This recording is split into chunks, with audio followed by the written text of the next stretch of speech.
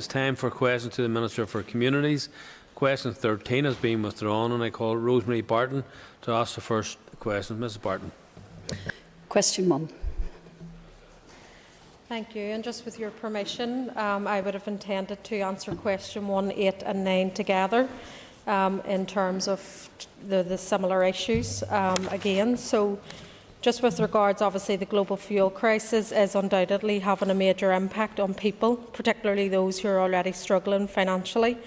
My department continues to offer a range of support to assist families that are struggling to keep up with the soaring energy costs. This includes schemes to help improve the energy efficiency of homes, as well as cold weather and winter fuel payments and discretionary support. The winter fuel payment is a payment of between £100 and £300 to help with heating costs. This year's payments have already started and will continue through to January. To date, 289,762 payments have already been issued to people here with a total value of £51.6 million. My officials have also been engaging with the Utilities Regulator, the Consumer Council and with other stakeholders to scope out the options that are available to provide support to people who may struggle to heat their home or to pay their energy bills over the coming months. This includes an energy payment support scheme, which will provide a one-off payment to help individuals in receipt of specified benefits with energy costs this winter. Such a scheme will require the support of my executive colleagues and to ensure there is sufficient funding to deliver an appropriate level of support through this scheme. It will also require new legislation as well as the support of other key stakeholders for the scheme to be delivered. I've written to the Minister for Finance to request that the £13.8 million of the Barnett consequential funding supporting households over the winter is allocated to my department to progress an energy payment support scheme. And in order to provide the necessary support for families who will need it over the winter period, an even greater amount will be required, and I welcome the Finance Minister's request to other executive colleagues in seeking additional funding to support this scheme going forward. Supplementary, Rosemary Barton. Minister, thank you for your answer so far. Minister, I understand you have the power to increase the amount paid through the winter fuel payment.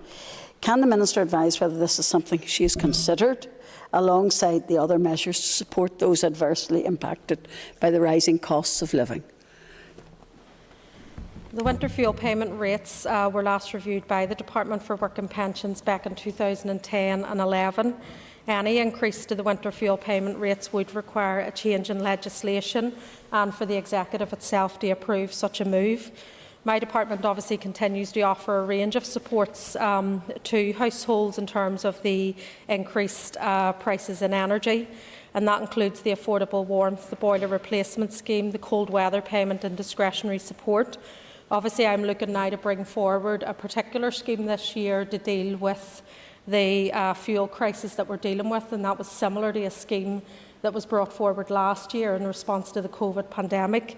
So we continue to keep all of these under review, but any change to the current winter fuel payment would need to have the money then if you were going to increase that from the Executive, and that would need a legislative change as well. Pas McClone.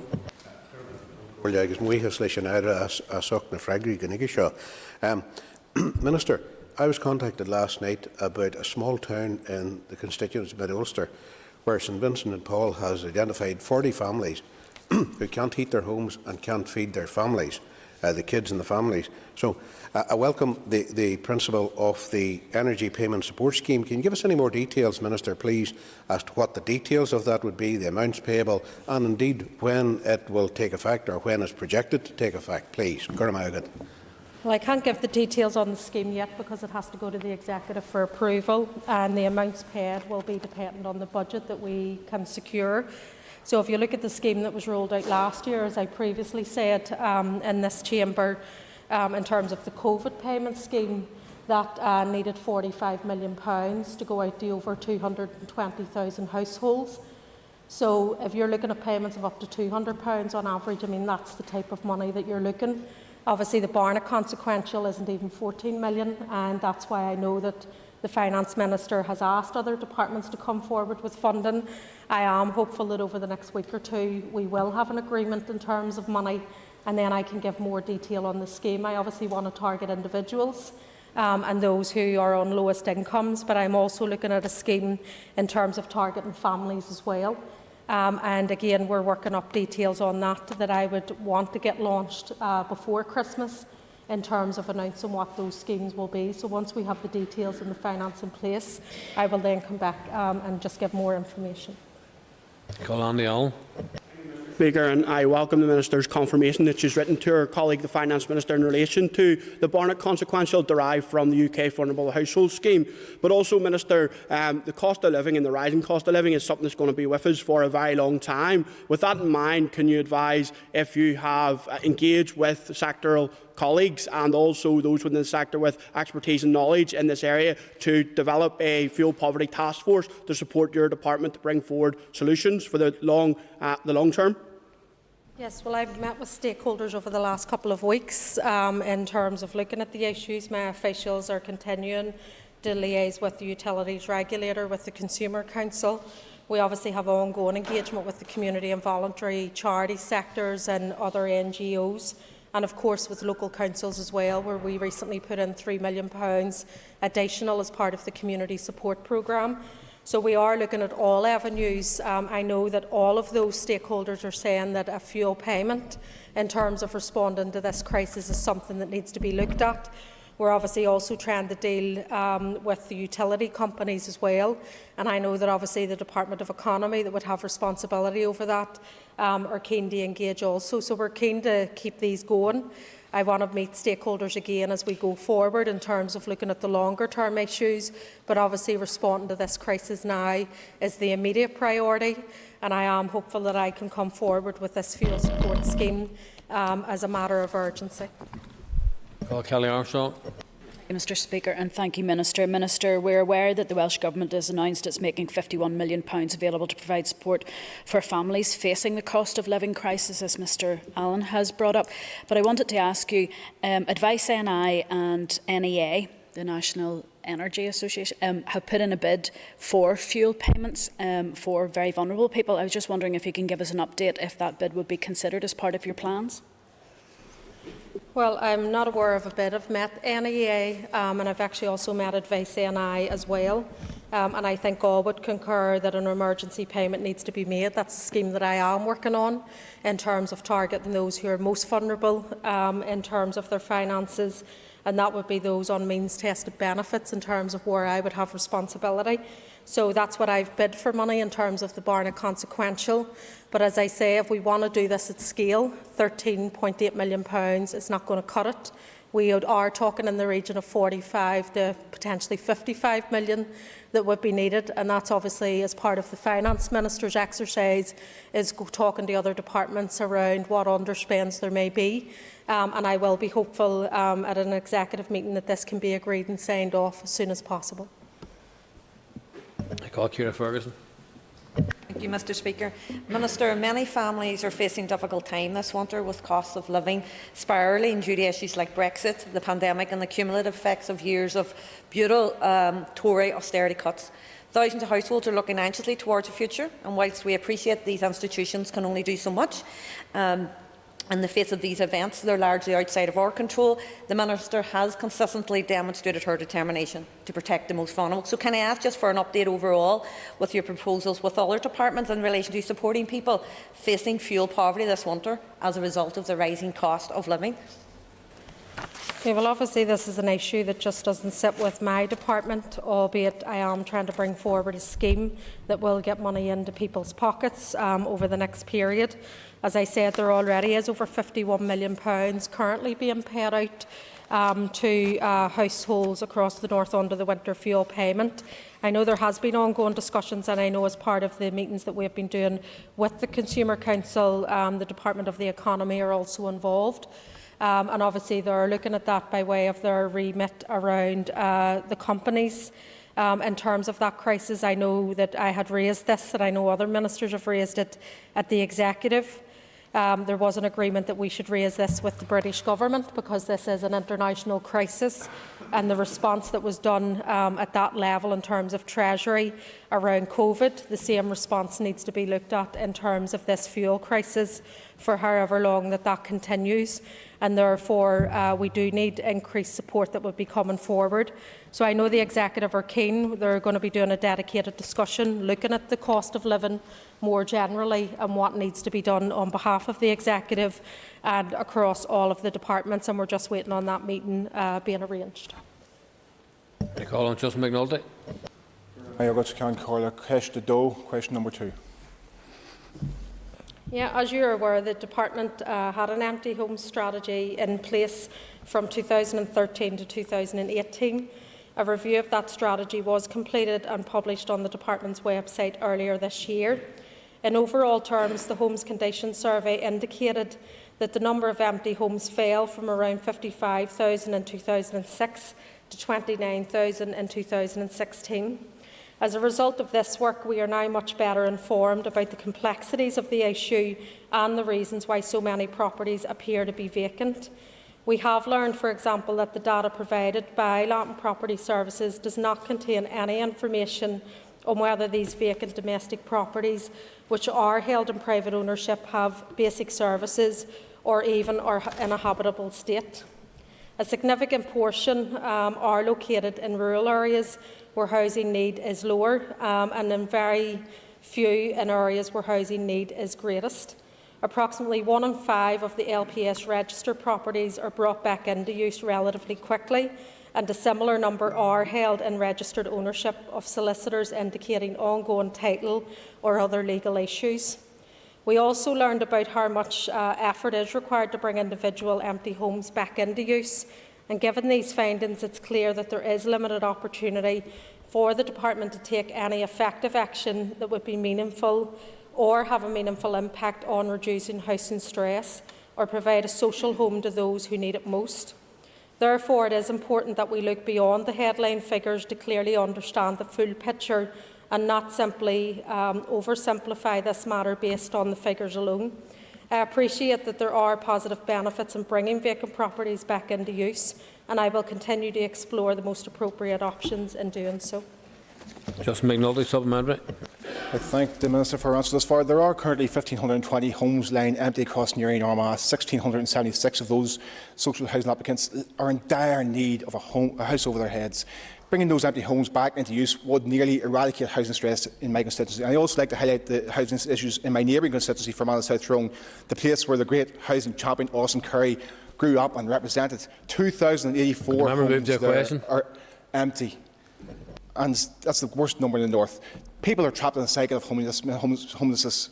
And bear with me 1 second, Mr. Speaker. Sorry, you need to move to your question, Mr. McNulty. People are trapped in a cycle of homelessness while homes lie empty. It isn't good enough. What specific actions does the Minister intend to take to tackle this crucially important issue? Before the Minister answers that question, just want to remind all the members that there are a number of members in a queue waiting to speak and ask questions, and they're on the list of questions. Already 2 or 3 members have overstepped the mark this afternoon. This has been a growing trend, and I want to advise members that we're going to cut down on that. Get to a question whenever you're called, in respect of other members who are waiting in a queue to be called. It's fair, and I try to give as many people latitude as I possibly can do, but people are making long speeches, and I say that's just getting a wee bit out of control. So, as I say, I don't want to be cutting people in the middle of their flow of their statement or a question or whatever else, but as I say, there's a balance to be struck here. People need to move quickly to a question, and ministers stick to their 2 minutes for a response. Thank you. Minister. Thank you. Well, I've already said in terms of the existing strategy that was rolled out, it did have limited success in terms of dealing with those who were in housing stress. We know that in areas where this was high, that wasn't the areas for high need. We also know that it's not straightforward in terms of just saying that there's an empty home. There are legal issues. It's not as simple as just taking the house and turning it into a social home. And you're finding that from, I suppose, that we haven't seen the numbers from the empty homes turning into homes that we would have liked to have seen. So that's not the only way, and we shouldn't be putting all our eggs in one basket. We are doing a housing supply strategy earlier this year, the Department obviously in recognising the housing crisis that we're in, have done a call for evidence in terms of looking at the supply of homes, what we need to be doing to build more homes. Obviously, the whole revitalisation agenda of the Housing Executive is a crucial part of that, to ensure that we can maintain the stock that we have, but also to allow the Housing Executive to start building again as well. I will be going out here shortly, just before Christmas, with the housing supply strategy that will be going out for consultation, and that will clearly set out our ambitions in terms of the amount of homes that we can build over the next period, and particularly targeting those areas of highest need, such as Newry and Armagh, such as Foyle, and such as North and West Belfast as well. So it's part of a wider strategy. Obviously, we will continue to keep this under review, but there's much more beyond this strategy that we need to be doing. Paula Bradshaw. Speaker, and thank you, Minister. Minister, do you have any plans to provide funding to support buy-to-rent in order to address some of the shortfall in housing? Thank you. Funding for buy-to-rent. Well, I think we're looking at all. We're looking at an intermediate rent and stuff at the moment. We've obviously put more money into co-ownership as well. Obviously, we're in the midst of budget discussions at the moment in terms of looking at the budget over the next 3 years. So housing needs to be a critical part of that in terms of addressing the shortage that we have now in our social stock, and obviously trying to improve the terms and conditions and the standards in our private rented sector is going to be crucial as well. So we're continuing to keep all of these options under review at the moment. I can't give a commitment in terms of the budget going forward at this point until those discussions have concluded. Colanya Murphy. Can Collier, and I know my question has already been touched on. I think that most people here will agree that with many young people and families struggling to secure a decent fit-for-purpose home, it can be very difficult for them to see dormant premises laying. So can the Minister detail what action she has taken to increase the provision of social housing and empty homes? Obviously, the Housing Executive maintain an empty homes information page on their website, and obviously encouraging owners to sell or to bring the properties back into use as well. I have, in my engagements with the Housing Executive, asked them to bring forward proposals to look at what we can do to significantly increase the supply of social housing. We have received some initial proposals, and we're currently working through those at the moment. So we'll be able to inform the House once we've come to a conclusion. I suppose one critical issue is land availability, and obviously I'm working to identify surplus land that can be used for social housing developments as well. And indeed, I've been encouraging local housing associations to identify and secure sites. So part of that is working with the Department of Infrastructure, it's working with Land and Property Services, it's working with other government departments in terms of public land that is available, and of course, as I've said previously, working with local government in terms of identifying or looking at strategic sites assessment and identifying as part of their local development plans how or sites for social and affordable housing. I know some councils have started that through strategic site assessments, and we're keen to see all of the 11 councils do the same thing. Colandi Allen. Speaker, Minister, in the October monitoring round, your colleague, the Finance Minister, highlights £66.7 million of FTC funding unallocated. Are there any proposals under consideration by your department to further leverage that funding? Well, we have drew down additional monies over the last period in terms of going into co-ownership and making sure that we're securing that within this financial year as well. So we're continuing to keep all of those options under review, and obviously we have drew down financial transactions capital for those schemes. So at the moment, we'll keep that under review. I know the monitoring round will come through again just after Christmas. I haven't had an update yet from officials in terms of proposals, but obviously if we can deliver on a scheme within the time period, then we would be doing that, and we proactively go out to do that. So we will be keeping that under review, and I can update the member in due course. And I call William Irwin. This is number 3, Mr. Speaker. So it might be useful to remind members just of the origins of the Caravan Act and my department's involvement within it. Obviously, the Caravans Act was introduced into the Assembly as a private member's bill, and initially the bill was to replicate the protections for residential occupiers on protected sites as in other jurisdictions. It was subsequently agreed that those with static caravans or permanently pitched on a caravan site that are licensed for holiday use should be afforded the protection in the form of a seasonal agreement.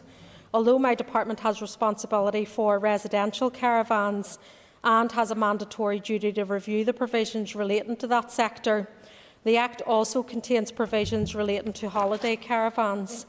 That's why my decision was taken to look at the Act in its entirety and to widen out my department's review remit. I acknowledge the concerns that have been brought to my attention by MLAs across many of the constituencies in recognition of the forthcoming review, and particularly because of the issues that have been impacted in that sector throughout the pandemic and over the last 20 months. The preparatory work for the review of the Caravans Act 2011 is progressing well, and I can assure you that the review will allow all interested stakeholders to engage and provide their views, which will ultimately help inform the overall review. The time frame is to have a 12-week stakeholder engagement launched before the end of this year, with analysis and recommendations completed thereafter. Supplementary, William Irvine. Thank you. And can I thank the Minister for her response? The Minister would agree with me, I'm sure. I had one particular caravan owner who was on a certain caravan site for almost 50 years. Because he wouldn't replace it with a new caravan, which he couldn't afford, the crane was brought in and his caravan was set out. Does the Minister agree that there needs to be more protection for caravan owners? I think definitely, and I mean, I'm sure you've seen it yourself over the last 20 months, people coming with similar stories. I've heard it myself in terms of those. And obviously my responsibility, I have no remit in terms of caravans that are used for tourism, so where it's their second home. My departmental remit in terms of this Act is for those where a caravan is their residential property. That said, though, I have widened out the scope of the review to look at all of those issues. Obviously, tourism falls within the Department of the Economy, but again, this Act, in terms of responsibility, it's not picked up there. But the Department of Economy are involved in terms of the review.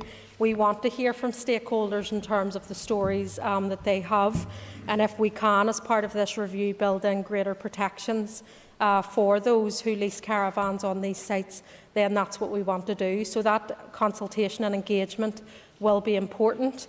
If you have constituents out there who have concerns, once we go public with the consultation before the end of this year, just encourage them to get involved and to be involved in those sessions as well. Melissa McHugh. Margaret Concorla, agus buíhas leis an éire fásta fahanne de ráiteas go dtí seo. Minister, the issue of the caravan owners feeling exploited by site owners and forced into buying expensive upgrades or being expelled from the site, it's a growing problem in many areas, and it's not confined to the north of Ireland. It actually happens in the Republic as well too, from residents in the north of Ireland. So I ask you, following the review of the Caravans Act, can you commit to raising the issue with the Economy Minister to reduce the exploitation of caravan owners by a small number of what I would describe as just unscrupulous site owners? Yeah, I suppose the review will focus on all areas of concern, so even those around the upgrading of caravans and other issues as well that maybe aren't specifically mentioned within the legislative provisions. We will be reviewing the Act obviously in its entirety and have given commitments on conducting a meaningful engagement with all of the key stakeholders that this would be impacted by. As I say, we're wanting to go out to consultation before the end of this year. That will be 12 weeks. And then once we get the responses in, they will be analysed. And the three departments will evaluate that in terms of recommendations going forward. So we will work with the Department of Economy and others, and we have been up until now. As part of this review, we will be sitting collectively to see how we take that forward once the consultation exercise has been completed. Would the Minister agree that amongst the many issues that need to be reviewed, two in particular cry out for attention? The need to bring regulation to exorbitant increase in pitch fees, which in some cases have been as high as 35% in any one year, and the need to bring security of tenure to caravan owners on the sites where they are. Yeah, I think in terms of when the Act was first brought in, obviously we want to go wider in this review to look at all of those issues of concern that have been raised by members here today, and they've been raised with me repeatedly before that as well. And obviously that is coming from constituents who have been impacted by these issues, which have really been brought to light as well as a result of the pandemic, with the closure of these sites for many also. So that will be part of the review. I think, again, the consultation exercise with stakeholders is going to be critical. And again, we will be putting that out shortly in terms of the consultation. And I would encourage all members then, if they have stakeholders there within their community, to encourage them to come forward, tell their experience, and also if they have proposals or recommendations on enhancing protections, then we would be more than happy to listen to that as well. Philip McQuiggan. Cash Deborah Cahir, question 4. Yeah, many people don't have the resources to pay upfront childcare costs, which most childcare providers require. And for women, lone parents and those from disadvantaged backgrounds especially, this can act as a barrier to employment. Since the 25th of October, I have made help available through a non-repayable grant from the Advisor Discretion Fund of up to £1,500 for those with whom upfront childcare costs is acting as a barrier to their employment. This grant will be paid by my department directly to the registered childcare provider, and with the agreement of executive colleagues earlier this year, the Universal Credit Regulations 2016 were amended to ensure that the payment of upfront childcare costs by my department from a non-repayable Advisor Discretion Fund grant can be treated and paid by the person who it is intended to support. This will ensure that the recipient can receive a childcare element in their universal credit, enabling them to pay ongoing upfront childcare costs. The payment of universal credit childcare element following the payment of any grant will ensure that recipients will have sufficient resources to pay for the second and subsequent months of a childcare in advance than claim it in arrears from universal credit. I am delighted within a few weeks of this scheme being announced, we now have helped 50 parents with average upfront childcare costs of £600 a month, and support for upfront childcare costs will help with children in terms of the parents entering employment, which will reduce benefit dependency, support progression out of poverty and ultimately support economic recovery. Supplementary, Philip McQuiggan.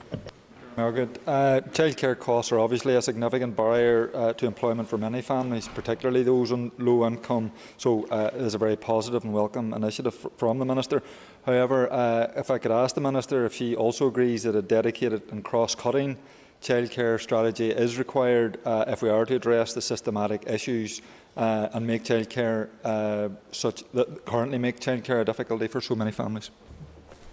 Yeah, I think we've all seen on the media last week, obviously, the issues impacting on the sector and on families, and particularly when you look at that on the top of a fuel crisis and a cost of living crisis as well, then this obviously becomes critical. Obviously, I've done, in terms of social security, what I can do in terms of upfront childcare costs, and we're already seeing the benefits of that from what was introduced a number of weeks ago, 50 people coming forward and receiving those upfront costs. So, of course, I do think that we do need to be bringing forward a childcare strategy, and that needs to be done without delay. Matthew O'Toole.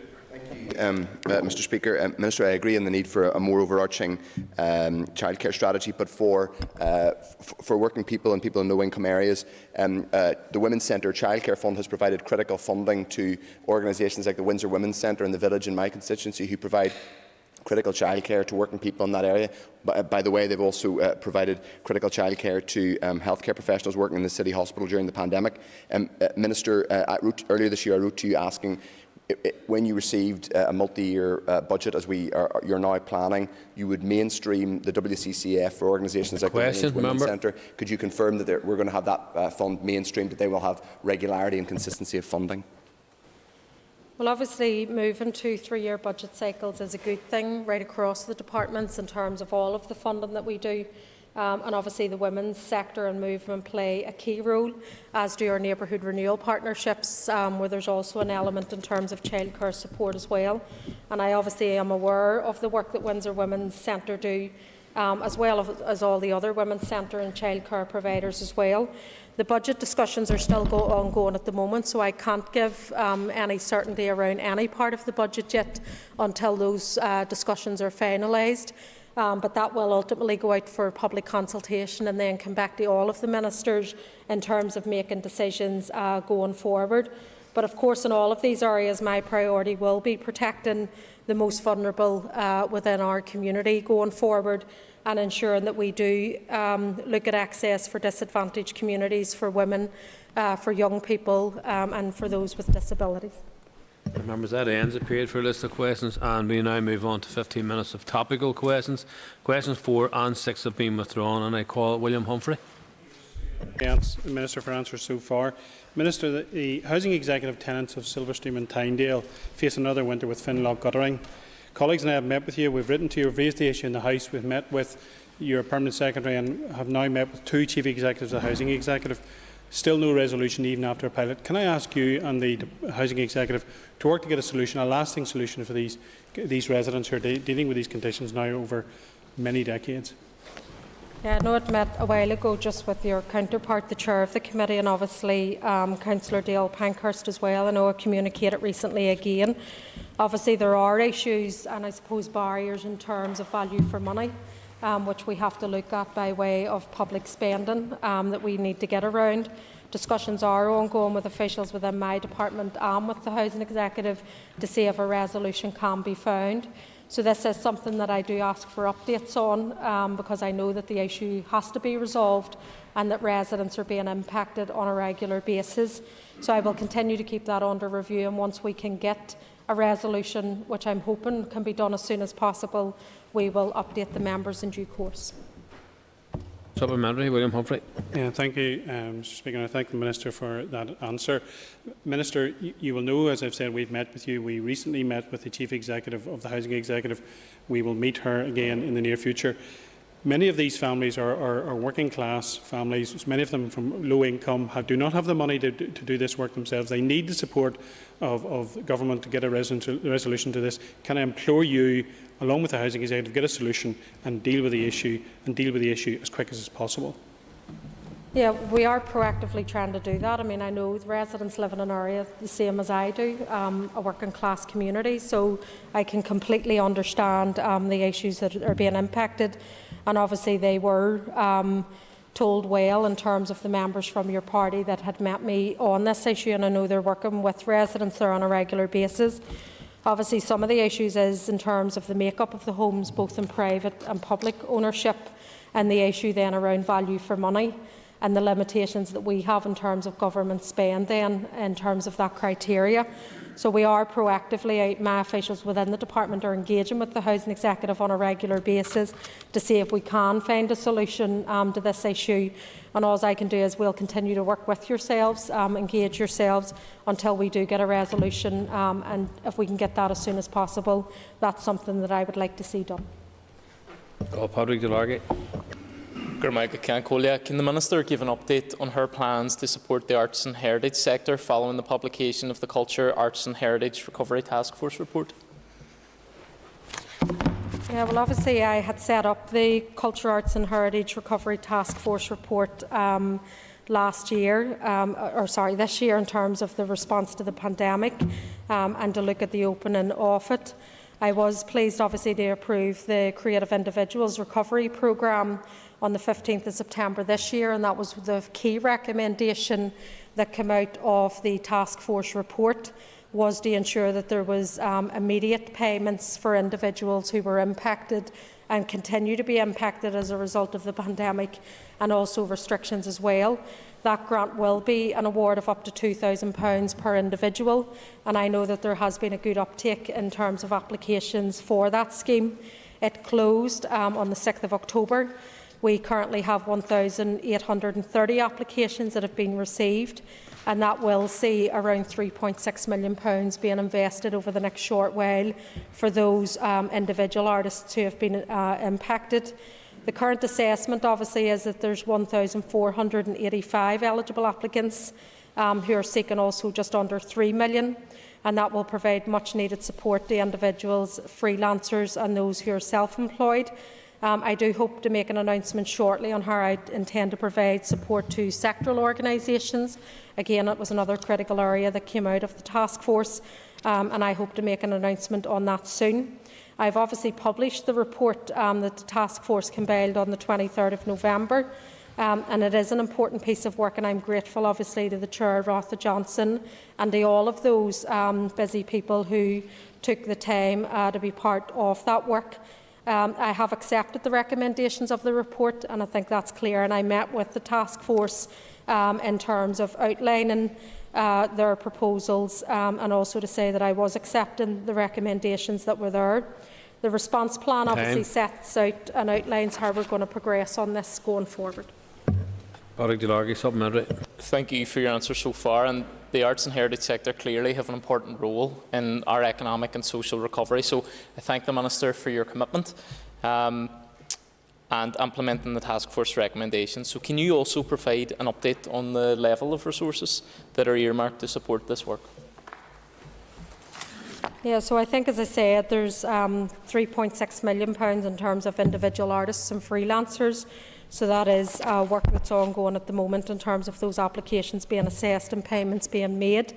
We're obviously also working in terms of organisations, and we're looking at a sum of money there that will help promote and support the organisations as they continue to meet the impact of the pandemic as well.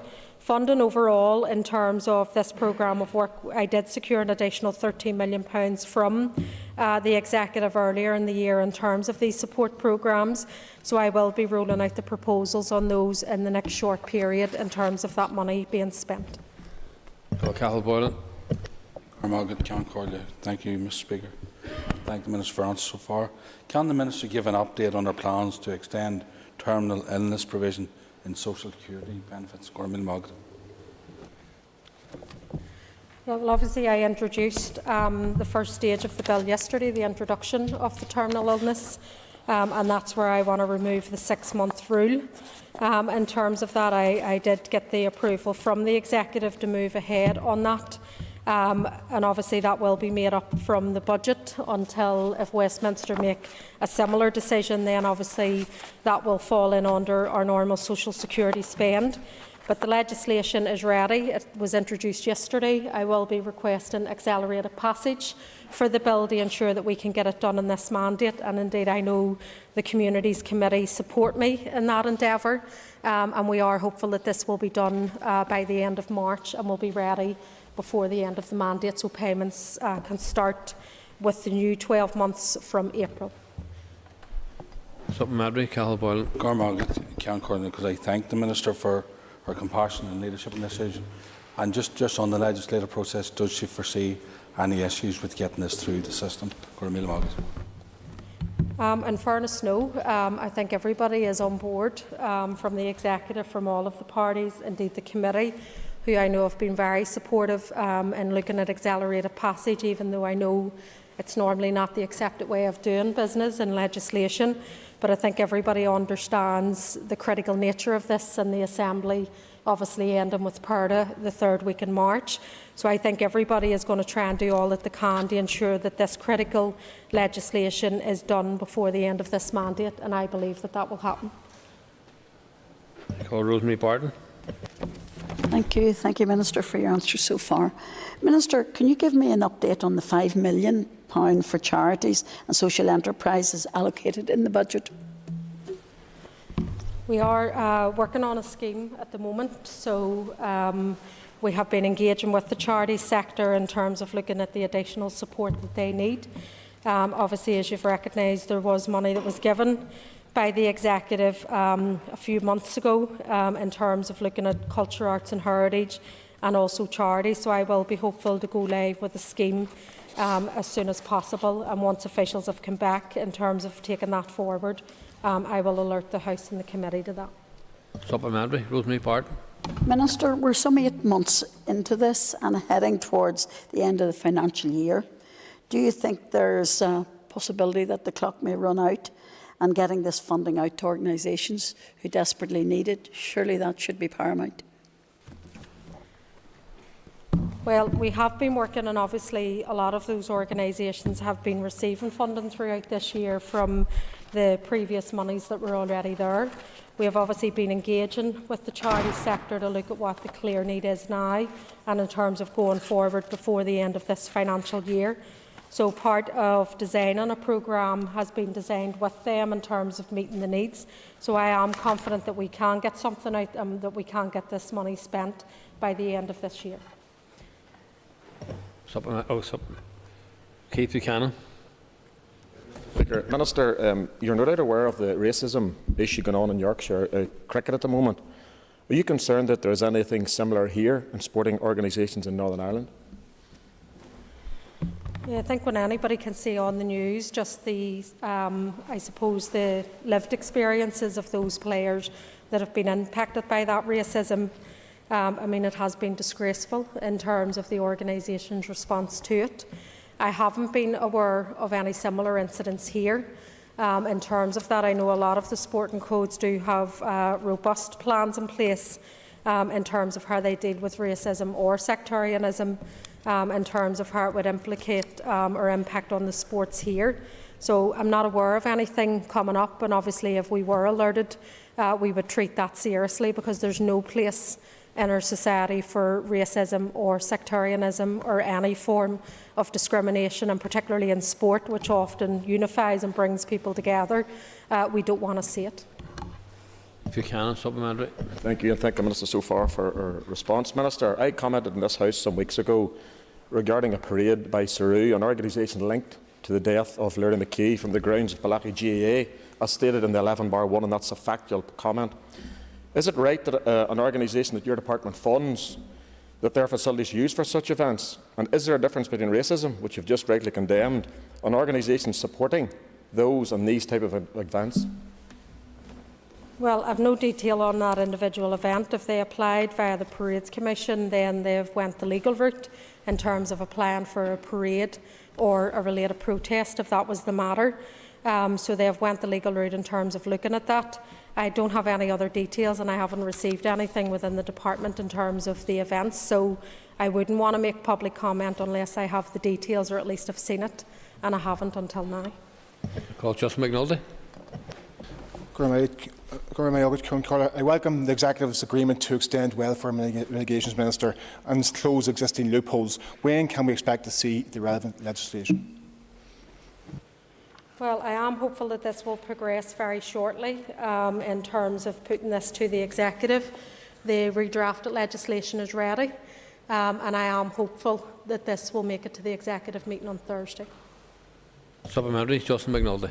Minister, there was an unedifying standoff over this important issue that resulted in a delay.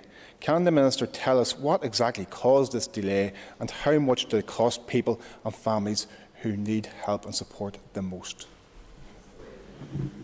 Well, I have already been public around that, and I've been very clear in terms of the delay within this House. I think now we have moved the situation forward, and I think that that's a good thing. And I think now the focus is on progressing this legislation and getting it through the Assembly before the end of this mandate. When I met with the advice sector, with the Cliff Edge Coalition and others, they are supportive of this, and they want to see it brought through as soon as possible, and that's where my focus is at this time. Pat Catley's not in his place, and I call Andy Allen. Speaker, before I ask my question, can I declare an interest as a charity trustee? And if I can come back to the question asked by my colleague, Rosemary Barton, in relation to charities. Minister, 8 months on since that funding was allocated to your department, can you give more detail on the schemes, because it has been with your department for some time? Well, in terms of COVID funding, we are working on a series of schemes at the moment, looking at charities, looking at culture, arts and heritage. and looking at a series of other areas as well. We're obviously doing this in engaging with the bodies that would have administered those funding previously, and we're also engaging with the sectors in terms of looking at what the needs are now, because obviously the previous COVID monies was at a situation when there was lockdown. The value for money case could be stood up and could be attested to, and there are some of the issues that we're working through at the moment. Once I have a scheme ready to go over the next short period, I will then be making that public in the short time ahead.